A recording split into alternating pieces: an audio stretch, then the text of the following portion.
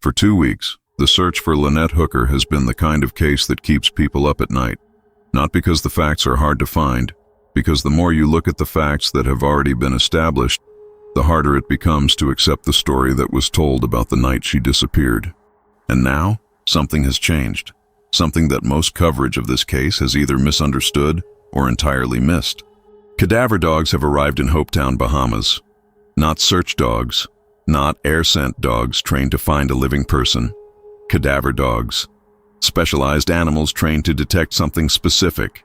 And the moment you understand what those dogs are actually capable of detecting, not just on the water, but on the shoreline, on a dock, in the wood grain of a pier piling, in sand that looks completely clean to the human eye, the entire picture of this investigation shifts. We are not here to convict anyone. No charges have been filed. Brian Hooker has denied any wrongdoing and is presumed innocent.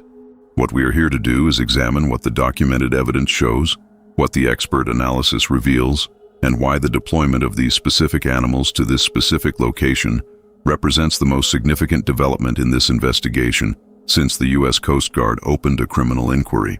This is the verdict room. We examine the evidence, we follow the facts, and at the end of every investigation, we deliver the verdict. If you are new here, subscribe right now and hit that notification bell. Every week, we bring you the forensic depth and investigative analysis that tells you what is actually happening in the cases that matter most. If you are already part of this community, hit that like button. It helps more people find this investigation. Now let us talk about what these dogs are, what they can do, and why the shoreline of Elbow Cay is now the most forensically significant stretch of ground in this entire case. Before any forensic analysis, we need to establish who this is about. Lynette Hooker is a mother, a sailor, a woman who spent years on the water and knew the Abacos intimately. She and her husband Brian had been living aboard their 46-foot ketch, the Soulmate, for an extended period. These were not inexperienced tourists on their first boat trip. This was a couple with years of sailing life behind them, familiar with the rhythms and the risks of life at sea. On April 4, 2026, the day before Easter, Lynette and Brian spent the afternoon at the Abaco Inn on Elbow Cay, a well-known gathering spot on the water where locals and visitors come for drinks in good company. By the early evening, they were heading back to the Soulmate by dinghy. Brian Hooker says Lynette fell overboard during that crossing. He says the engine kill switch, the safety lanyard designed to cut the motor when the operator goes overboard, was activated, leaving him powerless to go back for her. He says he last saw her swimming. He says it was dark and the seas were rough. He says he drifted for hours before the dinghy grounded near Marsh Harbor, where he was found early the next morning. That is the account. That is the foundation against which every piece of evidence that has emerged since then has to be measured. And the evidence that has emerged since then does not sit comfortably alongside that account. Here is what the documented timeline shows. A photograph exists, taken by a local fisherman named Joe who had gone out to photograph the conditions and happened to capture Brian and Lynette Hooker sitting at the pool at the Abaco Inn. That photograph has a timestamp. It was taken at 6:34 in the evening, not 7:30, not approaching darkness. 6:34. Full afternoon sun, more than an hour of daylight remaining over the Sea of Abaco. Surveillance footage from the Abaco Inn shows Brian and Lynette walking toward the dock at approximately 6:38 in the evening. That footage was reviewed by Lynette's daughter Carly and her boyfriend Steve, who confirmed what they saw. The couple was heading for the dock around 6:38. Brian Hooker told investigators and others that they left the Abaco Inn close to 7:30 in the evening, at or near dusk. He described the conditions as too dark to see Lynette in the water after she went overboard. He described choppy seas and failing light as the factors that made rescue impossible. But 6:34 is not 7:30. And at 6:50 in the Abacos during early April, as Jim Todd, a volunteer with the Hopetown Volunteer Fire and Rescue Service who has lived and worked on these waters for years, described, it is bright daylight, full sun, another 45 minutes of usable light remaining. The departure time is not a minor discrepancy. It is the structural foundation of the story.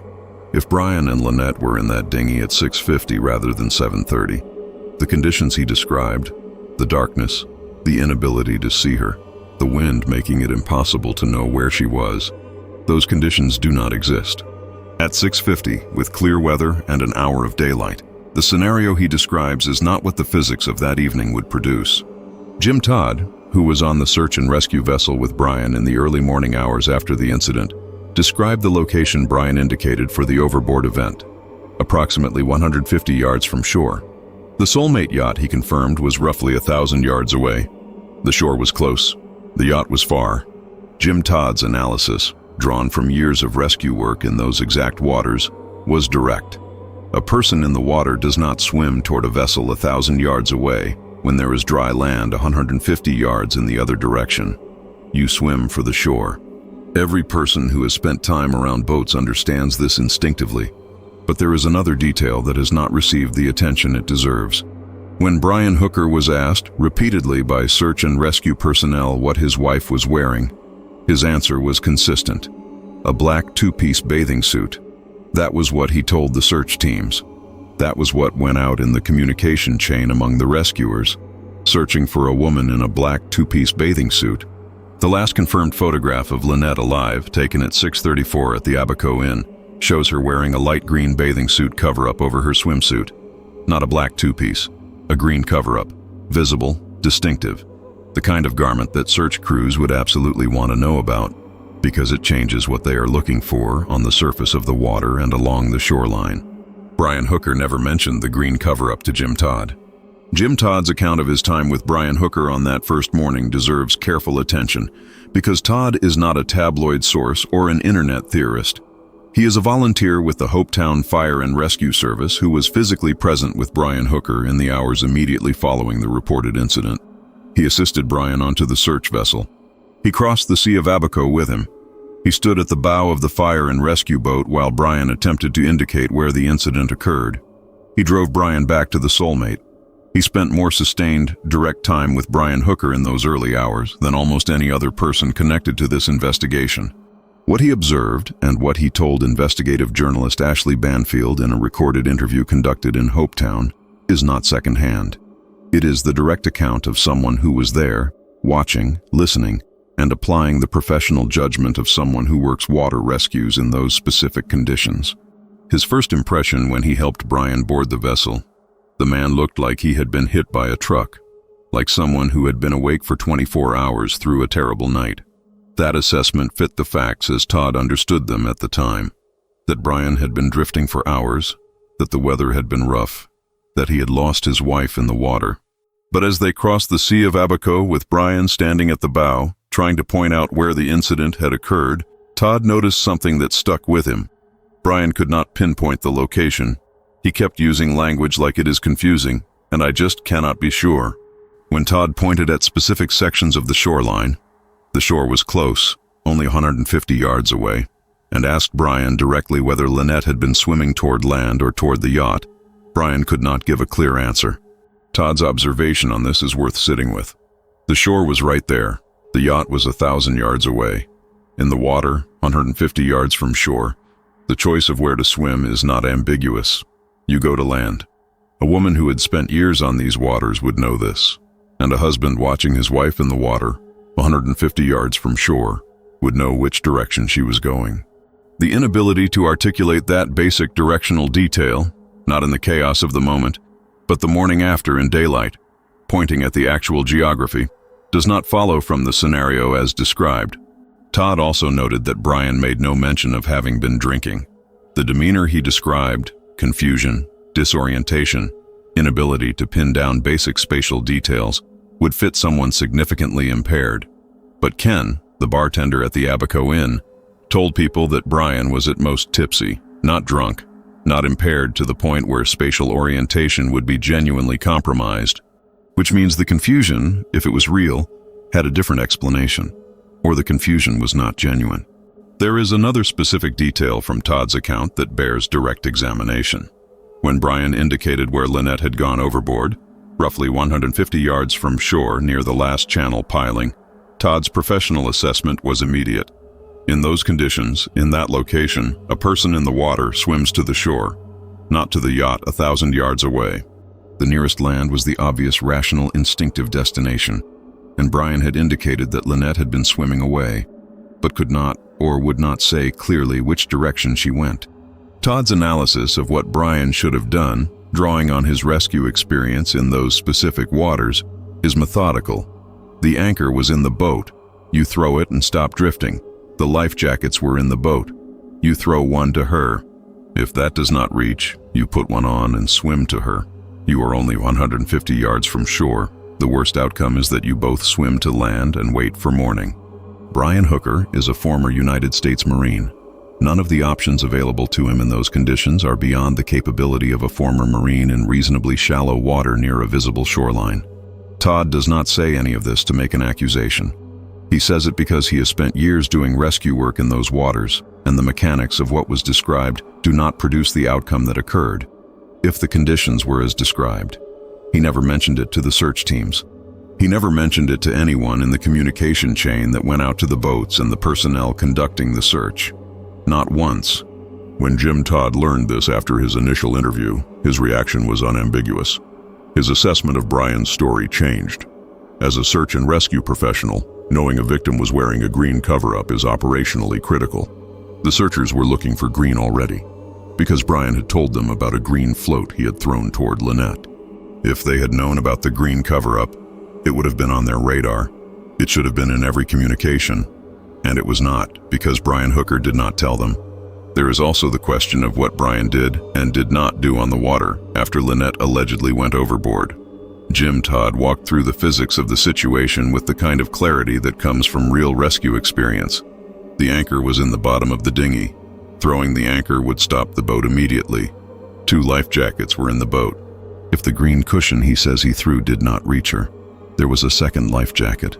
There was the anchor line he could have tied around himself before going over the side to swim to her. The shore was 150 yards away. Brian Hooker is a United States Marine, a former Marine, 150 yards from shore, with life jackets and an anchor line available, does not have a situation he cannot manage. Jim Todd did not say this to make an accusation. He said it because it is what the physics of the situation demand. If the conditions were as Brian described, rough enough, dark enough, disorienting enough, then Lynette would not have been at the helm. Any experienced boater gives the wheel to the strongest person when conditions deteriorate. Brian Hooker would have been driving that dinghy if things were bad, which means either conditions were fine when Lynette went over and Brian could have rescued her, or conditions were bad and Brian was driving, not Lynette. Either way, the story as told has a problem. The drift modeling dimension of this search has produced specific operational targets that most public coverage has not addressed. Investigators use sophisticated software to calculate the probable movement of an object, or a body, through a specific body of water over time, factoring in wind direction and speed, tidal cycles, water temperature, and the precise entry location. The result is a probability zone, a heat map showing where a body is most likely to have traveled in the time elapsed since the incident. This technology does not guarantee a find. It creates a prioritized search area, and as each day passes with changing weather and shifting currents, that map updates. The search teams are not covering the same water every morning. They are responding to a model that tracks where the evidence most likely is now, not where it was on April 4th. In the Sea of Abaco specifically, the hydrodynamic forces create additional complexity. This is a semi-enclosed basin. Tidal cuts and channels create unpredictable local current patterns that can trap objects, channel them in specific directions, or periodically reverse their movement. Items that wash into certain cuts can circle for extended periods. Items that reach the main body of water can travel significant distances. The warm water temperature accelerates every biological process. Decomposition proceeds much faster in Caribbean water temperatures than in cold northern lakes or rivers. This creates a specific operational challenge for the cadaver dogs on the water, because as remains break apart, the single concentrated source of scent becomes a dispersed field of weaker signals spread across a larger area. The dogs are not looking for one strong alert. They are looking for a pattern of weaker ones that, taken together, triangulate a source. This is precisely why the grid methodology matters. You run the pattern repeatedly. You log every alert, however subtle. You look for the intersection of multiple signals on multiple passes. The dog makes the ocean smaller, not by finding the answer on one pass, but by progressively narrowing the area through accumulated data from repeated runs. The Royal Bahamas Defense Force has confirmed that the search architecture is operating across 4 simultaneous layers: shoreline patrols, sea sweeps, aerial drones, and submersible operations. Each layer covers terrain the others cannot. Each alert from one layer creates a target for another. The dog alerts on a surface coordinate. The drone verifies the seafloor geometry at that coordinate. If the drone footage shows something worth confirming, the diver goes down with a specific target rather than a blind search area. This is not a search losing steam. This is a search in the most technically demanding phase of its operation. And the Shoreline Cadaver work, dogs covering beaches, dock pilings, paths, surfaces, is running alongside all of it, looking for a different category of evidence entirely. Not where the body went, where the event began. Now, cadaver dogs. The deployment of cadaver dogs in Hopetown represents a specific operational decision. These are not multi-purpose search animals sent out as part of a routine missing persons protocol.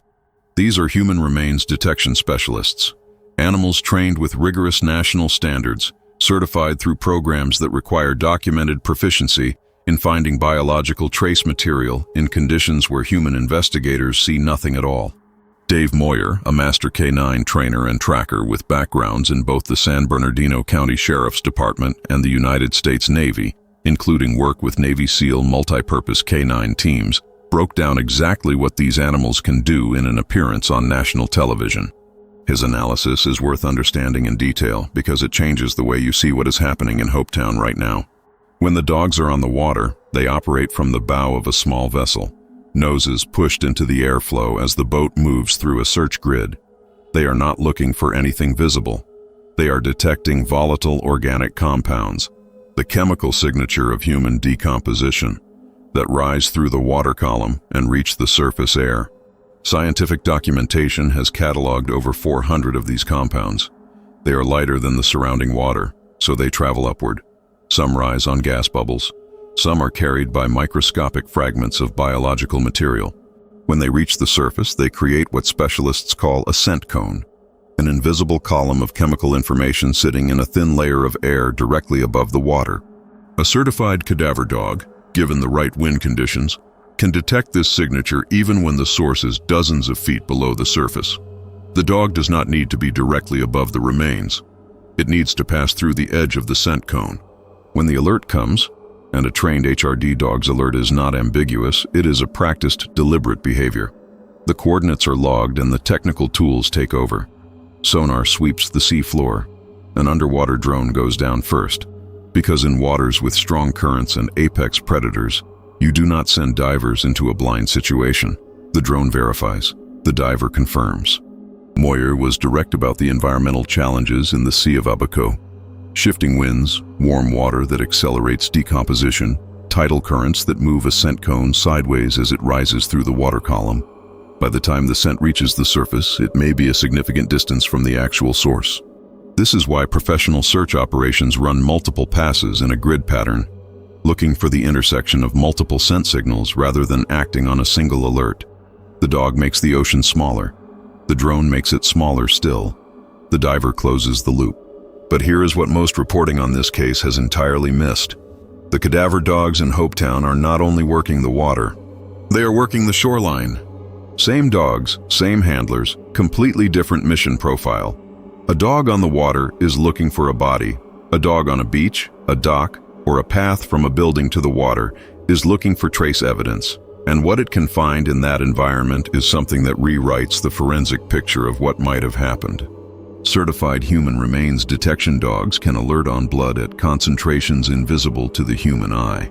A beach that looks clean to every investigator who has walked it is not clean to a dog trained to find the specific chemical family of scents associated with biological trace material. Sand absorbs, wood absorbs, concrete absorbs. The molecules do not wash out with the tide.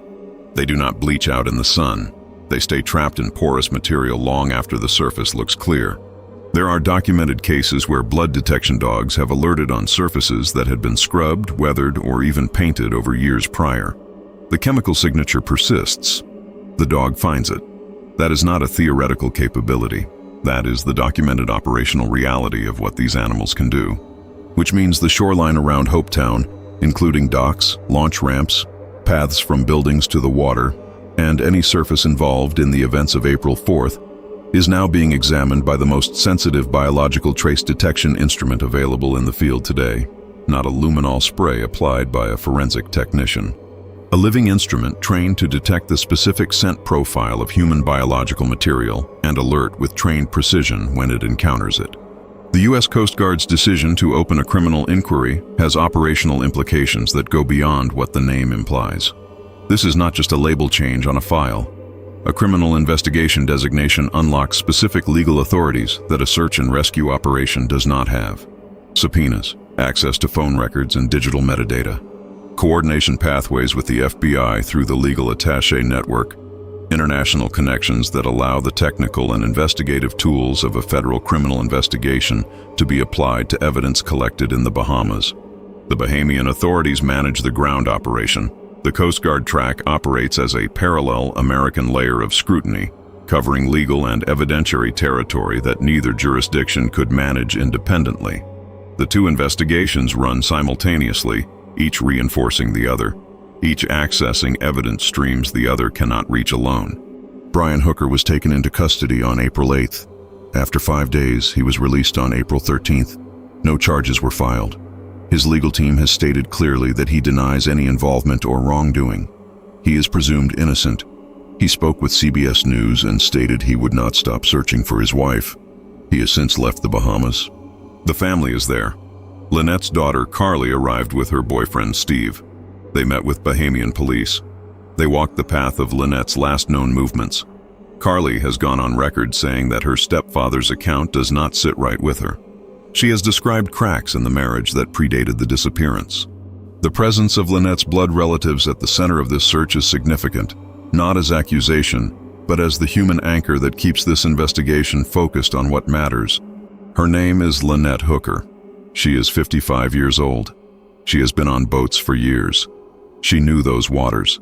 She was a mother and a woman who spent a quarter-century building a life and whose disappearance deserves the same rigorous forensic attention that the deployment of these dogs represents. The search architecture currently in place at Elbow Cay is the most technically sophisticated this investigation has seen.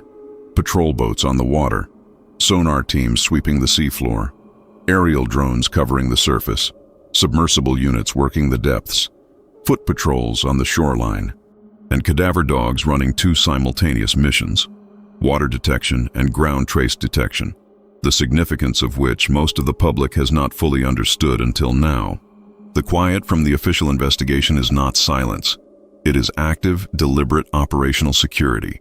Cases where investigators talk openly tend to be cases where they have already made an arrest. Cases where investigators go quiet tend to be cases where they are protecting evidence from the people they are still building a case around. The absence of press releases does not mean the absence of progress.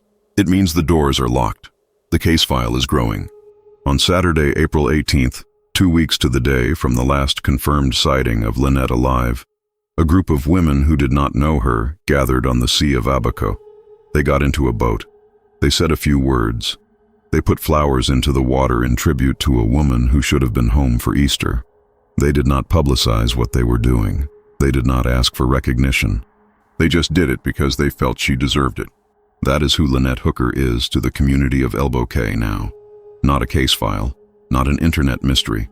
A woman whose absence is felt, whose flowers float on the water where she was last seen, whose daughter is standing on the same ground, looking for answers that have not come yet. The cadaver dogs are working. The Coast Guard investigation is active. The chemical signature of what happened on April 4th, if it exists in the sand or the wood grain of the dock or anywhere along that shoreline, is not invisible to the instruments that have arrived in Hopetown. It is waiting to be found. All analysis in this video is based on confirmed reporting by ABC News, CBS News, CNN, and Crime Stories with Nancy Grace. Official statements issued by the Royal Bahamas Police Force and the Royal Bahamas Defense Force, and expert analysis provided by Dave Moyer and Jim Todd as reported by credible journalists with direct sourcing in this investigation. No individual has been charged in connection with the disappearance of Lynette Hooker. All persons are presumed innocent unless proven guilty in a court of law. Nothing in this video should be interpreted as a criminal accusation against any named individual. If you have any information related to the disappearance of Lynette Hooker, contact the Royal Bahamas Police Force or the U.S. Coast Guard through their official channels. If this investigation moved you, If this kind of serious, evidence-based forensic analysis is what you come here for, subscribe to the Verdict Room right now and hit that notification bell. Every week we examine the evidence, follow the facts, and deliver the verdict. Drop your thoughts in the comments. What does the Shoreline deployment of the Cadaver dogs tell you about where this investigation is heading? This is the Verdict Room. The evidence has spoken. He was not in a position to do that, and he directed Brian toward the Konkan, the marina where the soulmate had a mooring ball, suggesting Brian could charter a captain there if he wanted to get back on the water. Todd never heard whether Brian followed through with that. What he did hear, in his conversations with Brian during those initial days, was something Brian said about the soulmate that Todd found noteworthy for an entirely different reason. Brian mentioned, almost as a point of pride, that the soulmate had not been tied up to a dock in a marina in 2 years. For 2 years, the boat had been at a mooring ball or at anchor, always self-sufficient, always independent of shore infrastructure. The relevance of that detail is this. 2 years on a mooring ball or at anchor means Lynette had been taking the dinghy regularly. It means she was not a passenger who occasionally got ferried from boat to shore. She was a regular operator of that small craft, familiar with its handling in varying conditions, practiced enough over 2 years of daily water life to be competent behind the tiller. Brian claimed she was driving the dinghy on the night she went overboard. Her daughter Carly has said she understood Brian always drove, but the 2-year mooring history suggests Lynette would have been comfortable at the helm under normal conditions. Jim Todd's analysis of what this means is clean. If Lynette was driving, the conditions were manageable. You do not hand the controls to the less experienced person when the weather is bad. The fact that Brian says she was driving is an implicit statement about the conditions, and implicit statements that contradict explicit claims about darkness and rough seas are exactly the kind of inconsistency that investigators in a criminal inquiry look at carefully. The anchor, the life jackets, the tiller, the lanyard, the green cover-up that was never mentioned, the timestamp that contradicts the departure time by nearly an hour, the inability to articulate which direction his wife was swimming when she was only 150 yards from shore. Each one of these, in isolation, could be explained. People in shock are confused. Memories of traumatic events are unreliable. Small details get lost. But the pattern of them together, the consistent direction in which every inconsistency points, the specific details that are omitted rather than misremembered, the physics of the situation that do not align with the account. That pattern is what investigators in a criminal inquiry are trained to recognize and to document. The Cadaver dogs are documenting something entirely different. They are looking for evidence that does not depend on memory or account or inconsistency. They are looking for chemistry, for molecules that do not lie, that do not misremember, that do not explain themselves away. For the chemical record of what happened on April 4th, wherever it was left, in the water, on the shore, in the grain of a dock piling, in sand that has had 2 weeks of tides and sun work against it and still carries what it absorbed on the night in question. That is the investigation happening in Hopetown right now, on the surface and below it, on the water and on the shore, simultaneously, methodically, with the most sensitive detection tools available. Lynette Hooker deserves those answers. Her daughter Carly, standing on the shore where her mother was last seen, deserves those answers, and the evidence, if it is there, will provide them regardless of what any account says.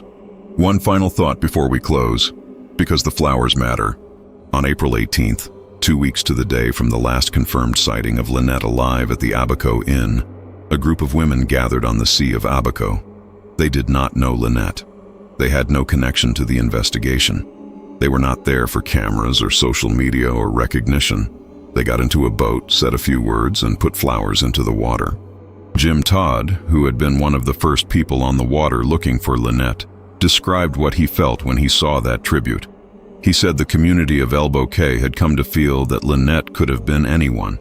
A sister, a mother, a daughter, a wife. The connection was not personal. It was human.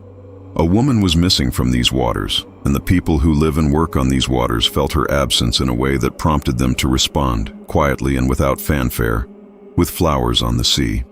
That is the human center of this investigation, not the timeline inconsistencies, not the forensic chemistry, not the Cadaver dogs or the Coast Guard criminal inquiry or the drift modeling software. Those things exist in service of one purpose: finding out what happened to Lynette Hooker and making sure the people responsible for whatever happened to her are held accountable. The investigation is active. The dogs are working. The evidence, if it is there, is being found. Lynette deserves to come home.